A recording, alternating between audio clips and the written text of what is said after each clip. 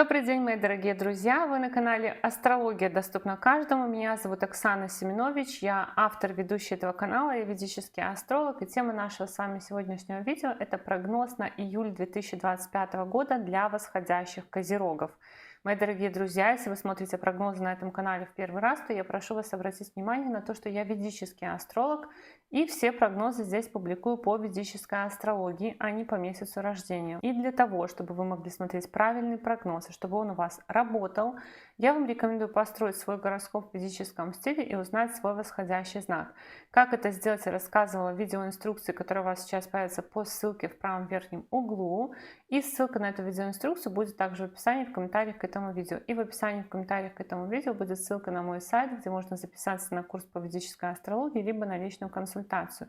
И теперь давайте поговорим о том, что же ожидает козерогов в июле 2025 года. 10 июля состоится полнолуние в вашем 12 доме гороскопа. Полнолуние в 12 доме гороскопа может означать какую-то дальнюю поездку. Также это может быть посещение больницы, санатория, монастыря, какой-то закрытой организации, может быть, какого-нибудь завода, например, на экскурсию и так далее. Также полнолуние в 12 доме гороскопа – это в целом период, когда у нас может быть такая бессонница, немного какая-то тревожность, ни о чем. И полнолуние в 12 доме гороскопа может нести за собой перемены в работе, либо в каких-то медицинских процедурах, в лечении и так далее. С 13 июля по 28 ноября будет ретроградным Сатурн в вашем 3 доме гороскопа. Ретроградность – это задержки, тормоза, сомнения, препятствия, да, либо возвращение к тем ситуациям, которые уже когда-то были, то, что мы когда-то не доделали. В вашем случае нужно понимать, что это управитель всего гороскопа, планета, отвечающая за ваше здоровье, за ваш имидж, за вашу репутацию. И ретроградность Сатурна, конечно, может в целом придавать вам каких-то колебаний, сомнений, тем более что Сатурн в ретроградности будет в 3 доме, доме собственных усилий. И это может быть такими волнами. То сегодня все хочу переделать, хочу прям все и сразу начинаю. С понедельника новая жизнь, со вторника еще там что-то. А потом раз, неделя отката. То есть вам нужно следить за тем, как вы распределяете силы в первую очередь, за своим здоровьем в период ретроградной планеты, в период ретроградного Сатурна. Также это может касаться, знаете, таких вопросов. Хочу поменять имя, хочу, не могу. И на этот период, если вдруг у вас появится такая вот идея поменять имя, поменять фамилию, отчество сменить, то, возможно, эту идею нужно было бы очень тщательно проанализировать и дать ей настояться. Сатурн по 3 дому гороскопа будет идти еще долго. Не торопитесь, может быть, вы потом передумаете. Также перемены могут касаться отношений с братьями и сестрами, с друзьями. Это период хороший для того, чтобы вернуться в какие-то отношения. Может быть, допустим, найти каких-то старых друзей. Может быть, возобновить общение с братьями и сестрами. Это хорошо для того, чтобы вернуться в какие-то старые социальные сети, где вы там, допустим, удалялись и не до конца удалились. Но также этот период может нести за собой и выход из каких-то социальных сетей, удаление из социальных сетей. Это же касается вопросов бизнеса, то есть не торопитесь закрывать. Возможно, если вы будете закрывать, да, подумайте, возможно, вам придется заново потом открывать. То есть здесь нужно в вопросах документов, в вопросах вложения денег куда-то, кстати, тоже, в вопросах наименований, в вопросах дружбы, в вопросах прохождения каких-то курсов. Нужно все тщательно взвешивать, потому что, возможно, ваше мнение, ваши намерения поменяются. Но вернуться к чему-то старому хорошо. Также 3 дом — это же у нас дом гаджетов, поэтому для вас в период ретроградности Сатурна желательно еще и технику не обновлять. В районе 14-20 июля будет соединение Марса и Кету в вашем 8 доме гороскопа. Вообще Марс и Кету — 2 планеты, которые действуют одинаково. У вас будет интересная комбинация, потому что вообще-то по астрологии Кету соуправитель Марса по ведической астрологии. и как бы два управителя Скорпиона в 8-м Скорпионьем доме. Это могут быть как и возможности каких-то очень больших ресурсов получения, так и какие-то внезапные ситуации, как, знаете, вот то, что давно назревало, оно резко выходит на поверхность. Также у вас могут быть внезапные такие истории: раз резко продали квартиру, раз резко продали машину, раз резко получили огромный какой-то грант. Но и какие-то кризисные ситуации тоже могут быть, поэтому желательно не вступать в какие-то, вернее, не вступать, а не начинать, то есть не заниматься такими экстремальными видами спорта, особенно если вы не знаете, особенно если вы первый раз, какими-то травмоопасными видами деятельности, потому что это какая-то большая очень энергия, она как дает возможности, так может и резко какие-то такие ситуации дать не очень хорошие. Но еще это дом чужих денег, 8-й дом, поэтому могут быть какие-то спорные вопросы по чужим деньгам.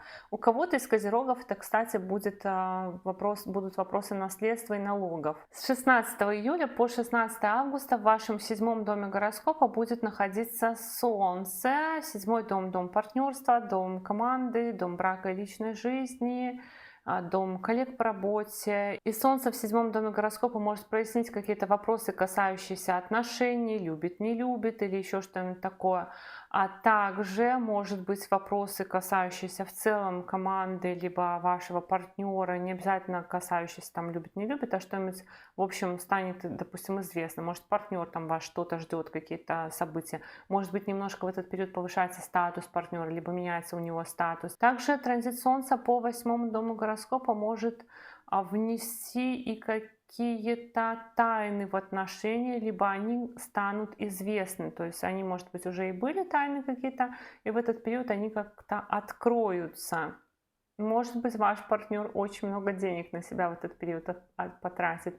Но это не тенденция на какие-то конфликты, это тенденция на какую-то больше, скорее, сосредоточенность, наверное, на вопросах партнерства и то, через что мы в этот период можем быть как бы знаменитыми. С 18 июля по 11 августа еще одна ретроградная планета в вашем 7-м доме гороскопа начнет ретроградное движение Меркурий, и Меркурий у нас говорит о том, что могут меняться планы. Допустим, знаете как, пошли вы, например, к нотариусу, чтобы сделать какую-нибудь доверенность. И вот совместно с партнером. И потом раз, и партнер взял и отозвал эту доверенность. Либо вы пошли какой-то договор заключить, либо вы пошли к адвокату. Могут меняться вот такие вот договоренности. Либо вы, например, давно договаривались сходить и никак не дошли. Сейчас можно дойти. Либо вы, допустим, хотели перейти из отдела в отдел. Сейчас, может быть, у вас появится опять такая мысль. Либо наоборот, вы сейчас, если только захотите перейти из отдела в отдел, либо поменять какую-то команду, то эта ваша идея может встретить какое-то сопротивление, и вы отложите этот вопрос. Поэтому может быть такое, что какие-то договоренности ваши относительно партнерства, относительно заключения какого-то соглашения, они могут пока что задерживаться. А 24 июля состоится новолуние в вашем 7-м доме гороскопа. И новолуние в 7-м доме гороскопа может означать новое партнерство, новое какое-то соглашение, да, тоже. Может быть, у кого-то помолвка, у кого-то вступление в брак, у кого-то просто какие-то перемены у партнеров, новый статус, новая работа или что-нибудь такое. С 26 июля по 20 августа Венера будет идти по вашему 6-му дому гороскопа. Ну, когда Венера идет по 6-му дому гороскопа, все, у кого есть транспорт, обычно начинают его ремонтировать, либо проходить технические осмотры, либо проходить какие-то профилактические осмотры. Также это период, когда кто-то, например, там ремонтирует одежду, украшения и так далее. Это может быть посещение медицинских учреждений с целью эстетических каких-то процедур, косметологических, может быть красивый какой-то спорт в этот период, допустим, танцами заняться или еще чем-то вот таким. Также есть тенденция, что кто-то из козерогов в это время может сдавать какие-то экзамены, особенно письменные, может быть какая-то конкуренция в работе, даже какое-то немножко продвижение, улучшение в работе. То есть может быть такое, что ваши усилия в работе в этот период будут каким-то образом замечены. Но также транзит Венеры по 6-му дому гороскопа может давать такой период командировок, каких-то поездок по работе, а также поездок, которые могут быть связаны с детьми, с деторождением, с вопросами обучения. И с детьми, кстати, в этот период вы можете, допустим, на кружки их водить, на спорт какой-то, либо по поликлиникам, что-нибудь в таком роде. И с 28 июля по 13 сентября Марс будет идти по вашему 9-му дому гороскопа. На самом деле для вас это такой очень сильный период, для Марса вот этот транзит достаточно сильный. Конечно, он может давать такие немного вносить недопонимание в отношениях с отцом, учителем, руководителем. Ну, либо вы совместно с ним можете против кого-то конкурировать, с каким-то из этих людей. Но также транзит Марса по 9-му дому гороскопа может давать такие какие-то агрессивные заработки, усиление, увеличение ваших накоплений. Может быть, у кого-то из козерогов такое пойти к руководителю и разобраться, когда вы мне там поднимете зарплату, когда вы мне выплатите эту премию.